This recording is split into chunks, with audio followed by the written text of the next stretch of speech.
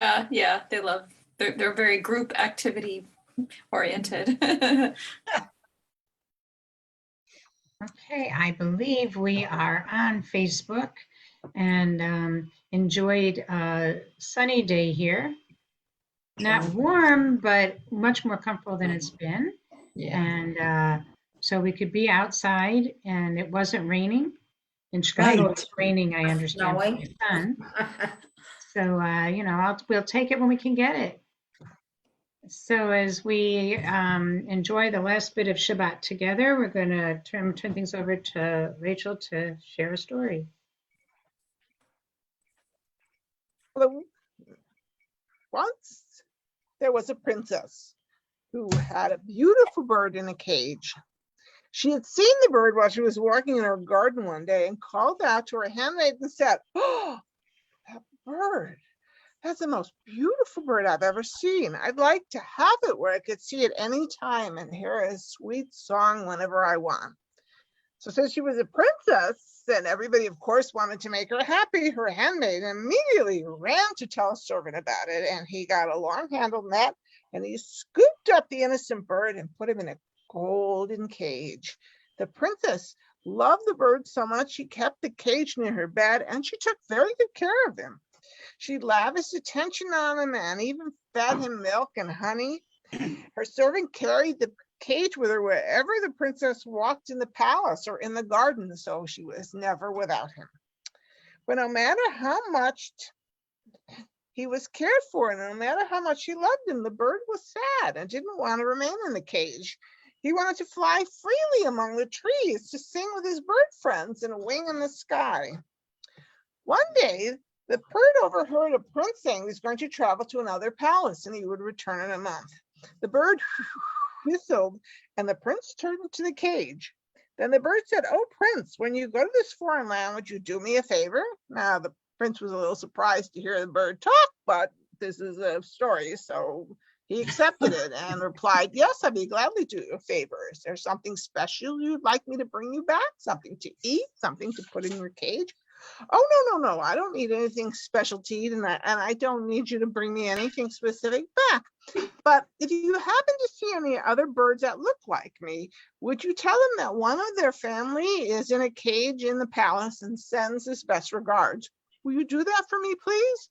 And of course, it seemed like an easy thing to do, and the prince agreed and went on his journey.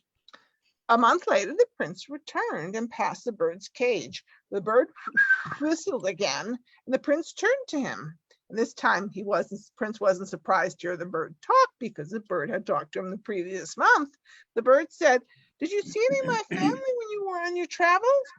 "Oh, yes, little bird. I did see a bird just like that, like you. And did you give him my regards?" the bird asked. "Oh, yes, I did. I told him that there was a bird in a cage in our palace and that you send your best regards as you requested." And what did my cousin reply?" asked the bird. "Oh, dear bird, I'm sorry to tell you that your cousin didn't say anything in return. You see, when I sent him your regards, he was sitting on a high tree branch. As soon as I gave him your message, he fell out of the tree and died," the prince said sadly. But when I went over to pick him up so I could give him a proper burial, he flew away. So I'm sorry. I'm really sorry. I don't have a message from your cousin at all." The bird didn't say anything else.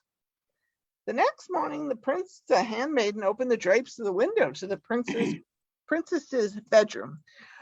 Oh, the princess stretched and was ready to say good morning to her pet bird, as she always did. But she didn't hear any singing from the bird cage in response to her greeting, so she was concerned. The princess jumped out of bed and took a closer look. "Oh, no," she said, "my bird is dead. Someone quick, come and help me." Immediately, the servant and the handmaiden came running to where the princess was weeping. "Get up, my bird," she said, pleading. "Please begin singing." But the little bird just lay at the bottom of the cage. Seeing that the bird was dead, the princess commanded, "Take the bird out of here. Toss it away. I can't bear to look at it." The servant opened the cage, carefully picked up the bird, and tossed it out the open window. And as soon as the bird felt the fresh air, he spread his wings and flew to the highest branch of the nearest tree. Got the message. The princess was as startled as a handmaid and the servants. What do you mean? The princess said. How could you leave my comfortable cage? Didn't I treat you well? How could you trick me like that? The bird whistled and said, Princess, the best cage in the world would not be as good as having the freedom to fly where I want. And since you asked how I learned this trick to give me my freedom, well, I learned it from my cousin who lives in a faraway land. Then the bird whistled. He flew in a spiral up higher and never, ever, ever went near that palace garden again. So Smart that bird was really a possum. Yep. But his cousin didn't need to say anything. His cousin showed him exactly what he should be doing. Right. Yep. Play dead. Thank you and for the story and the importance of valuing freedom, right? Right. And being able to spread your wings. So we will continue with Havdalah momentarily.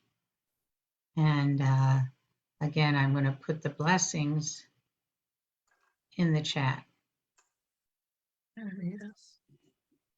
Eight.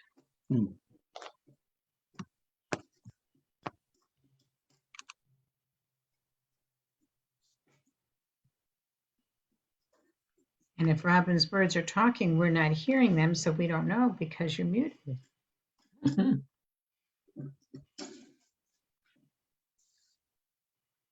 I don't know if they liked the story or if they didn't like the story. They're pretty quiet right now. Yeah, they're waiting for the chat afterward, I think. Okay. That's when That they're was going not to intended to be a comment on your birds, Robin. After somebody asked you about your birds, I thought, oh, I got a Yeah. bird story. Oh, They're well. getting ideas. The bird started out free, so that's different than a bird causing captivity. So Yes. was not aimed True. at that. It was That's like true. as I was starting to read it, I thought, oh no. Eek. Uh-oh. No, they're very happy where they are. They're delirious. We are going to light candles and welcome Mary as well.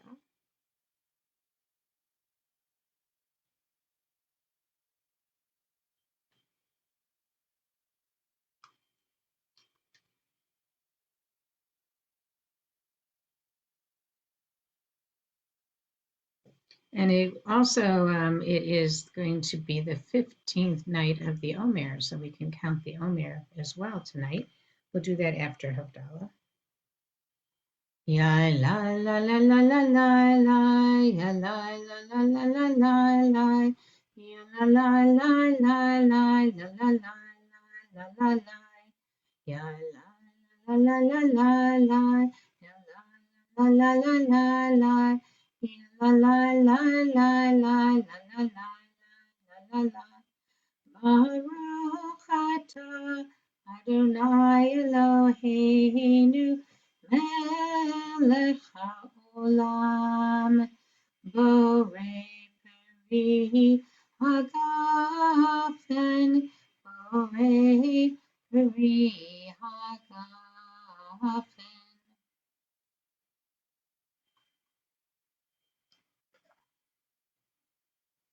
Ya la la la la la la la, ya la la la la la la la, ya la la la la la, ya la la la la la. Baruch atah Adonai Eloheinu melech haolam borei minei v'samim.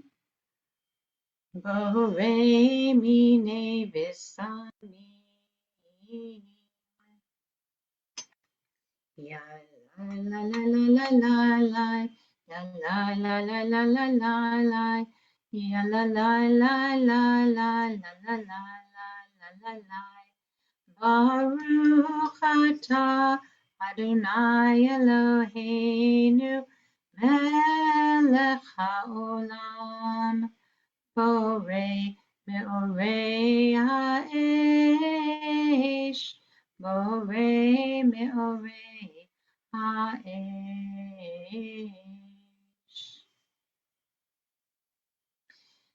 Ya la la la la la la la la la la la la la la la. Ya la la la la la la la la la la la. Baruch atah Adonai Eloheinu melech haolam hamavdil ben kodesh lechol ben or lechoshet ben yom hashvi'i לששת ימי המעשה. ברוך אתה אדוני המבדיל בין קודש לחול. We take another moment or two to savor the last little bit of Shabbat.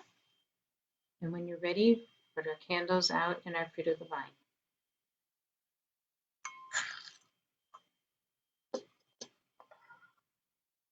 Eliyahu Hanavi, Eliyahu Hatishbi, Eliyahu, Eliyahu, Eliyahu Hagiladi, Bimhera v'yaminu, Yavo Eleinu, Imashiach ben David, Imashiach ben David. Eliyahu Hanavi, Eliyahu Hatishbi, Eliyahu, Eliyahu, Eliyahu Hagiladi. I invite you to unmute so we can sing Shavuot Tov together to wish one another a good week. Shavuot Tov, Shavuot Tov, Shavuot Tov, Shavuot Tov, Shavuot Tov, Shavuot Tov, Shavuot Tov, a good week, a week of peace. May gladness reign and joy increase. A good week, a week of peace. Gladness reign and joy increase.